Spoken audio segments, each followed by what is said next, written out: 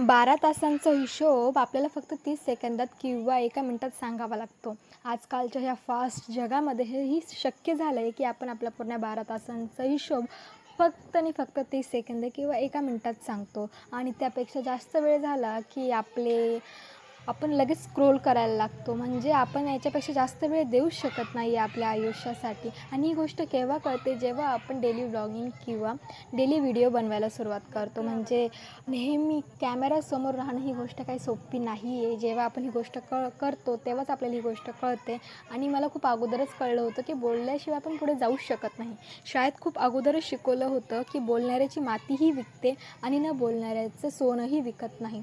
जेव्हा ही गोष्ट आपल्याला कळते तेव्हाच आपण आपल्या लाईफमध्ये काही ना काही करतो. म्हणजे लाजून वगैरे काहीही होत नाही किंवा न बोलताही काहीही होत नाही.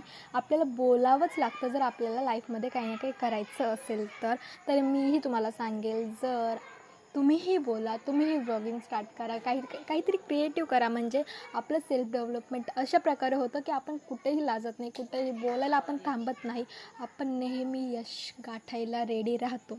तर ही फक्त ब्लॉगिंग नाही आहे, हा एक कॉन्फिडन्स वाढण्याचा एक प्रयत्न म्हणू शकतो किंवा एक प्लॅटफॉर्म म्हणू शकतो, जिथे आपण आपल्याला प्रोग्रेसच्या जवळ नेईल.